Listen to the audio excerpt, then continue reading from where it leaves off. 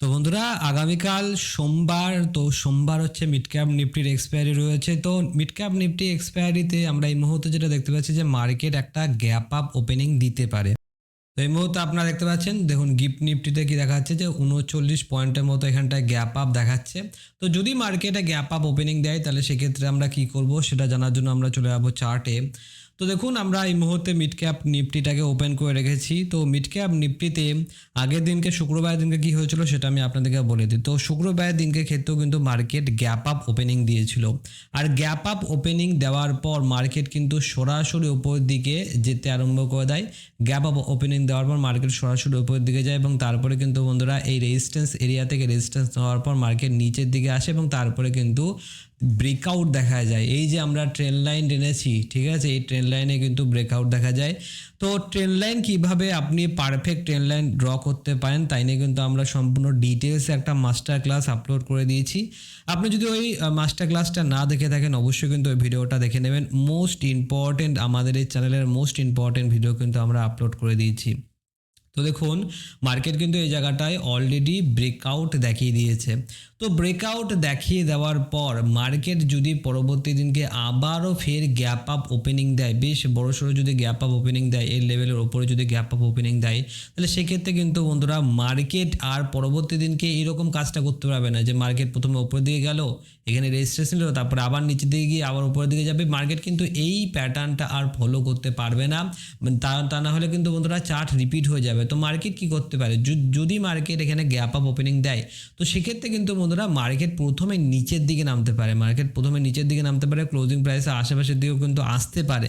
Market closing প্রাইসের দিকগুলোর ক্ষেত্রে যা বায়ার সেলার থাকবে তাদেরকে ব্রেক করে দেওয়ার পর, তাদেরকে একদম পুরোপুরিভাবে বের করে দেওয়ার পর মার্কেট কিন্তু উপরের দিকে আবারও চলে যাবে। তো মার্কেট কীরকম কাজ করতে পারে আমি আপনাদেরকে যদি ভালো করে দেখাই, তো দেখুন মার্কেটে এই জায়গাটা যদি গ্যাপ আপ ওপেনিং দেয় তো সেক্ষেত্রে মার্কেট ক্লোজিং প্রাইস লেভেলে এই লেভেলে আশেপাশের দিকে আসবে, দেন এখান থেকে সাপোর্ট নিয়ে মার্কেটের উপরের দিকে যেতে পারে। এই কাজটা কিন্তু মার্কেট করতে পারে যদি মার্কেট গ্যাপ আপ ওপেনিং দেয় সেক্ষেত্রে। তো সেক্ষেত্রে কিন্তু বন্ধুরা আমাদের যে প্ল্যানিংটা থাকবে সেটা হচ্ছে বাইংয়ের দিকে থাকবে, বাইংয়ের দিকে আমরা প্ল্যানিংটা করতে পারি। অন্যদিকে যদি মার্কেটে ফ্ল্যাট ওপেনিং দেয় তো সেক্ষেত্রে আমরা কী করবো, তো ফ্ল্যাট ওপেনিং দিলেও কিন্তু আমরা বাইংয়ের প্ল্যানটাই রাখবো। আর যদি মার্কেট এখানটায় স্মল গ্যাপ ডাউন যদি দেয়, একদম স্লাইড যদি গ্যাপ ডাউন দেয় সেক্ষেত্রে কিন্তু আমরা বাইংয়ের প্ল্যানটাকে এক্সিকিউট করার চেষ্টা করব। কেন চেষ্টা করব, কারণ দেখুন বন্ধুরা নিচের দিকে যারা বাই করেছে, এখানে যারা বাই করেছে, এখানে যারা বাই করেছে তারা কিন্তু অনেকটাই সেফ হয়ে রয়েছে, কারণ মার্কেট অনেকটা ডিস্টেন্স ট্রাভেল করেছে। মিড ক্যাপ নিফটিতে কিন্তু আপনার দেখে মনে হচ্ছে যে ছোট্ট পয়েন্ট রয়েছে, কিন্তু যদি আপনি ব্যাংক নিফটি দেখেন, যদি আপনি নিফটি দেখেন, সবকটাতেই কিন্তু একই রকম টাইপের প্যাটার্ন ফলো হয়েছে, যেখানে মার্কেট কিন্তু পরবর্তী সেকেন্ড হাফে একটা বিরাট বড় আপসাইড মোমেন্টাম দিয়েছে। তো সেক্ষেত্রে কিন্তু বায়ার্সরা অলরেডি সেফ। এই বায়ারদেরকে যদি আমাকে টার্গেট করতে হয় তাহলে কিন্তু মার্কেটকে একটা বড়সড় গ্যাপ ডাউন ওপেনিং দিতে হবে। এই লেভেলের আশেপাশের দিকে যদি মার্কেটে গ্যাপ ডাউন ওপেনিং দেয় তাহলে কিন্তু সেক্ষেত্রে আমরা এই বায়ারদেরকে টার্গেট করতে পারবো, নতুবা এই বায়ারদেরকে টার্গেট করা প্রায় অসম্ভব আপনারা বলতে পারেন। তো সেক্ষেত্রে আমরা বাইংয়ের প্ল্যান করতে পারি।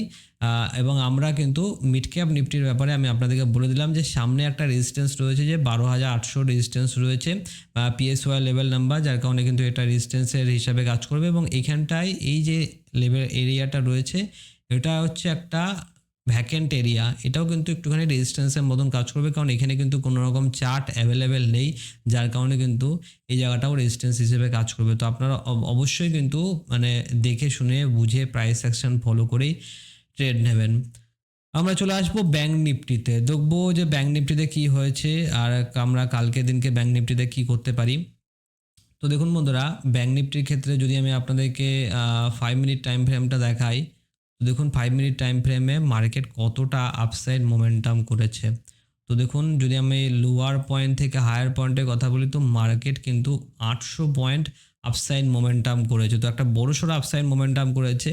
তো যেটা আমি আপনাদেরকে বলছিলাম মিড ক্যাপ নিফটির ক্ষেত্রে এখানে যারা যারা বাইং করেছে, যারা যারা এখানটায় 50,000 ব্রেকআউট হওয়ার পর যারা যারা বাইং করেছে তারা কিন্তু অলরেডি অনেক বেশি প্রফিটে রয়েছে। তো এদেরকে টার্গেট করাটা কিন্তু মার্কেটের পক্ষে অনেক বেশি যাকে বলে প্রবলেমেটিক হয়ে যাবে, যার কারণে কিন্তু মার্কেট এই বায়ারদেরকে টার্গেট করতে পারবে না যদি মার্কেট এখানটায় গ্যাপ আপ ওপেনিং দেয়। তো অন্যদিকে বন্ধুরা মার্কেট কিন্তু এই আপার লেভেলে সাস্টেন করেছে এবং 50,500-এর ওপরেই কিন্তু মার্কেট ক্লোজিং দিয়েছে। দেখতে পাচ্ছেন 50,500-এর এক্স্যাক্ট লেভেলে পিএসওয়াই লেভেলে কিন্তু ক্লোজিং দেওয়ার চেষ্টা করেছে। তো কোথাও না কোথাও কিন্তু বায়ার্সদের যে সেন্টিমেন্ট সেটা আমরা বেশ ভালো করে দেখতে পাচ্ছি যে বায়ার্সরা কিন্তু মার্কেটকে উপরের দিকে পুশ করার চেষ্টা করছে বারবার। সেক্ষেত্রে কিন্তু বন্ধুরা যদি মার্কেটে গ্যাপ আপ ওপেনিং দেয়, গ্যাপ আপ ওপেনিং দেওয়ার পর কিন্তু বন্ধুরা ব্যাঙ্ক নিফটির ক্ষেত্রে মার্কেট উপরের দিকে যেতে পারে সরাসরি, কিংবা বন্ধুরা মানে যেটা আমি আপনাদেরকে মিড ক্যাপ নিফটির কথা বলছিলাম যে মার্কেট যদি চার্ট রিপিট না করে সেক্ষেত্রে কিন্তু মার্কেট প্রথমে কিন্তু ফল করার চেষ্টা করবে এবং তারপরে ক্লোজিং প্রাইস থেকে কিংবা বলতে পারেন যে ইন্টারডে হাই লেভেল থেকে, এই ইন্টারডে হাই লেভেল থেকেও কিন্তু মার্কেট সাপোর্ট নিয়ে উপরের দিকে চলে যেতে পারে। এরকম কিন্তু ঘটনা ঘটার চান্স অনেকটাই বেশি রয়েছে। এবং যদি আমি আপনাদেরকে রেজিস্ট্যান্সের কথা বলি তো রেজিস্ট্যান্স কিন্তু সামনে একটাই রেজিস্ট্যান্স রয়েছে, সেটা হচ্ছে যে এই লেভেলটা, মানে 50,800, এটা কিন্তু একটা মোস্ট ইম্পর্টেন্ট লেভেল। এই লেভেলটা কিন্তু রেজিস্ট্যান্সের মতন কাজ করবে। তো সেক্ষেত্রে কিন্তু আপনারা এই লেভেলটাকেও ফলো করবেন। এটাকে যদি আমি উপরের দিকে নিয়ে যাই তো 50,800 লেভেলটা কিন্তু রেজিস্ট্যান্সের মতন কাজ করবে। তো যদি মার্কেটে গ্যাপ আপ ওপেনিং দেয় আর যদি এখান থেকে রেজিস্ট্যান্স নেওয়ার চেষ্টা করে সেক্ষেত্রে মার্কেট কিছুটা সেলিং দেখাবে এবং প্রিভিয়াস ডে হাই কিংবা প্রিভিয়াস ডে ক্লোজিং থেকে মার্কেট সাপোর্ট নেওয়ার একটা চেষ্টা করতে পারে। অবশ্যই কিন্তু আপনারা সেটআপ দেখবেন তারপরেই ট্রেড নেওয়ার চেষ্টা করবেন। আপনার সেটআপে যদি ট্রেড না আসে তাহলে কিন্তু আপনারা ট্রেড নেওয়ার চেষ্টা করবেন না, কারণ সেক্ষেত্রে আপনার লস হতে পারে। আমরা চলে আসবো নিফটি ফিফটির ক্ষেত্রে, দেখে নেবো নিফটিতে কি হয়েছে। তো নিফটি তো আরও বেশি ভয়ঙ্কর মোমেন্টাম করে হয়েছে। তো যদি আমি আপনাদেরকে পার্সেন্টেজ হিসাবে দেখাই তো মোটামুটি কিন্তু 1.5% মতো আপসাইড মোমেন্টাম করেছে, 361 পয়েন্টের একটা বড়সড় আপসাইড মোমেন্টাম করেছে। তো মানে এই মুহূর্তে কিন্তু প্রচণ্ড বেশি বুলিশ মোমেন্টাম এই মুহূর্তে আমরা দেখতে পাচ্ছি পুরো গোটা মার্কেট জুড়ে। এবং যদি আমি আপনাদেরকে 15 মিনিট টাইম ফ্রেমে দেখাই তাহলে দেখতে পাবেন যে মার্কেটে এই মুহূর্তে অল টাইম হাইকে ব্রেকআউট করার জন্য আর মার্কেটকে 500 পয়েন্ট উপরে যেতে হবে, মানে প্রায় 2% মতো উপরে গেলে কিন্তু এই মুহূর্তে মার্কেট এই জায়গাটা কিন্তু 25,000-এর উপরে যে একখানা লেভেল বানিয়েছে সেই অল টাইম হাইটাকেও কিন্তু ব্রেক করে নিতে পারবে। আর অলরেডি আপনারা দেখতে পাচ্ছেন যে মার্কেট কিন্তু উপরের দিকে যাচ্ছে। তবে এখানটায় কিন্তু একখানা প্রবলেম আসতে পারে, সেটা হচ্ছে ফিবোনাচির 61.8% লেভেল। তো এটা কিন্তু একটা বড় সড়ো রেজিস্ট্যান্স, একটা জোন আপনারা বলতে পারেন। তো সেক্ষেত্রে আমি আপনাদেরকে দেখাবো 1 ঘন্টা টাইম ফ্রেমে আমি আপনাদেরকে দেখাচ্ছি যে কোন এরিয়াটাই একটা রেজিস্ট্যান্স হতে পারে। তো এই এরিয়াটার দিকে আপনারা নজর রাখবেন, এক্স্যাক্টলি এই এরিয়াটা। তো খুব বেশি কিন্তু উপরে না, জাস্ট একটু উপরে একটা বড়সড় রেজিস্ট্যান্স রয়েছে, সেখানে রয়েছে ফিবোনাচি 61.8% লেভেল। অন্যদিকে আরও একটা ট্রেন্ড লাইন কিন্তু আপনারা দেখতে পাবেন এই জায়গাটার ক্ষেত্রে, নিফটির ক্ষেত্রে দেখুন কিভাবে ট্রেন্ড লাইনের ফরমেশন হচ্ছে। এই জায়গাটা যদি আপনি দেখেন ভালো করে একটুখানি তাহলে কিন্তু বন্ধুরা দেখতে পাবেন যে এই জায়গাটার ক্ষেত্রে আমি যদি একটুখানি 4 ঘন্টা টাইম ফ্রেম নিয়ে যাই কিংবা ডেইলি টাইম ফ্রেম নিয়ে যাই তাহলে কিন্তু বন্ধুরা দেখতে পাবেন যে এই জায়গাটা কিন্তু একখানা জোন মতো বানিয়ে দিয়েছে এবং এই জোনের কাছাকাছি কিন্তু ট্রেড করছে। দেখুন আপনারা এখানটায় এটা কিন্তু একখানা বলতে পারেন যেটা, এটা যদি আমি উইকলি টাইম ফ্রেমে নিয়ে যাই তো দেখুন তাও কিন্তু একটা গ্যাপ মতো রয়েছে, এই জায়গাটা একটা বড় সড়ো গ্যাপ রয়েছে এখানটায়। মান্থলি টাইম ফ্রেমে শুধুমাত্র কিন্তু এই গ্যাপটা দেখা যাচ্ছে এবং মান্থলি টাইম ফ্রেমে তো এখনও পর্যন্ত ক্যান্ডেল ক্লোজিং হতে বাকি রয়েছে।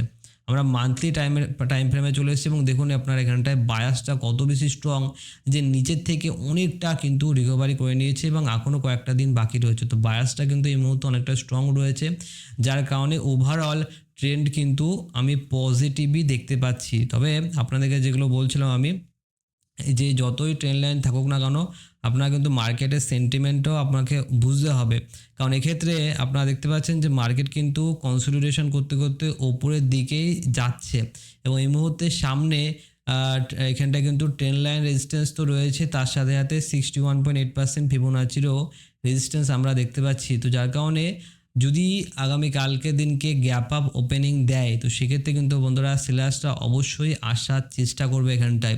আর যদি মার্কেট এটা না করতে চায় তাহলে কিন্তু মার্কেট গ্যাপ ডাউন ওপেনিং দেবে, মার্কেট কিন্তু গ্যাপ আপ ওপেনিং দেবে না। যদি মার্কেটে চায়, যদি অপারেটররা চায় যে এক্ষেত্রে মানে এখানটায় আসবে না তার আগেই যদি মার্কেটে সেল করতে চায় তাহলে কিন্তু গ্যাপ আপ ওপেনিং একদমই দেবে না, মার্কেটে কিন্তু গ্যাপ ডাউন ওপেনিং দেবে এবং গ্যাপ ডাউন ওপেনিং দিলেই কিন্তু বায়াসটা ট্র্যাপ হবে। তাছাড়া কিন্তু বন্ধুরা বায়ার্সদেরকে ট্র্যাপ করা অনেকটাই বেশি কষ্টকর ব্যাপার। নিফটির ক্ষেত্রে তো আরও বেশি মানে যাকে বলে প্রবলেমেটিক হয়ে যাবে। দেখুন এখানটায় নিচের দিকে এখানে যারা যারা বাইং করেছিল তারা কিন্তু অনেক বেশি প্রফিটে রয়েছে। এদেরকে কিন্তু টার্গেট করা একদমই সহজ ব্যাপার হবে না। হয়তোবা মার্কেট একটুখানি এই লেভেলকে একটুখানি ব্রেকডাউন দিতে পারে, কিন্তু এই যারা যারা বায়ার রয়েছে তারা কিন্তু অলরেডি অনেক বেশি সেফ। এই সমস্ত বায়ারদেরকে কিছু ওয়ার্নিং দেওয়ার জন্য মার্কেট যদি ফ্ল্যাট ওপেনিং দেয় তো সেক্ষেত্রে কিছুটা নিচের দিকে নামতে পারে, কিন্তু এতে করে ভয় পাওয়ার কোনো কারণ নেই যে মার্কেট সরাসরি নিচের দিকে এরকমভাবে ফল করবে। এটা চান্স কিন্তু বন্ধুরা অনেকটাই কম রয়েছে, কারণ উপরের দিকে যে রেজিস্ট্যান্স লেভেল রয়েছে এই লেভেলটাকেও কিন্তু মার্কেট টেস্ট করতে যাবে যে এই লেভেলের আশেপাশের দিকে কি কোনো বড় সেলার রয়েছে কি নেই, সেটা দেখার জন্য কিন্তু মার্কেট অবশ্যই উপরের দিকে যাবে। তো সেক্ষেত্রে কিন্তু বন্ধুরা মার্কেট উপরের দিকে যাওয়ার চান্স সব থেকে বেশি রয়েছে। তো নিফটির ক্ষেত্রেও একই রকম টাইপের আমরা প্ল্যান রাখবো। যদি মার্কেটে গ্যাপ আপ ওপেনিং দেয় তো সেক্ষেত্রে আপনারা একটুখানি ওয়েট করবেন, একটুখানি নিচের দিকে আসবে, তারপরে কিন্তু আপনারা বাইংয়ের প্ল্যান করবেন। যদি মার্কেট এখানে ফ্ল্যাট ওপেনিং দেয় সেক্ষেত্রে আমরা বাইং করবো। যদি মার্কেট এখানটায় অল্প স্বল্প গ্যাপ ডাউন ওপেনিং দেয় তাহলে কিন্তু আমরা বাইং করবো। যদি মার্কেট এখানটায় 24,400 লেভেলের নিচে ওপেনিং দেয় তাহলে কিন্তু বন্ধুরা সেক্ষেত্রে সেলিংয়ের প্ল্যান থাকবে, কারণ এক্ষেত্রে যারা যারা বাইং করেছিল, যারা যারা অনেক বেশি প্রফিটে ছিল তারা কিন্তু লস দিতে চাইবে না, তারা খুবই কুইকলি এখানটায় কিন্তু এক্সিট করবে, সেক্ষেত্রে কিন্তু ফল আসার চান্স বেশি রয়েছে। তো আজকের এই ভিডিওটা কেমন লাগলো অবশ্যই কিন্তু কমেন্ট বক্সে কমেন্ট করতে ভুলবেন না। এবং আমাদের যদি অ্যানালাইসিস ভিডিও ভালো লেগে থাকে এবং এর সাথে সাথে আমাদের যদি চ্যানেলটা ভালো লেগে থাকে অবশ্যই কিন্তু আপনারা সাবস্ক্রাইব করে অল নোটিফিকেশানটি অন করে রাখবেন।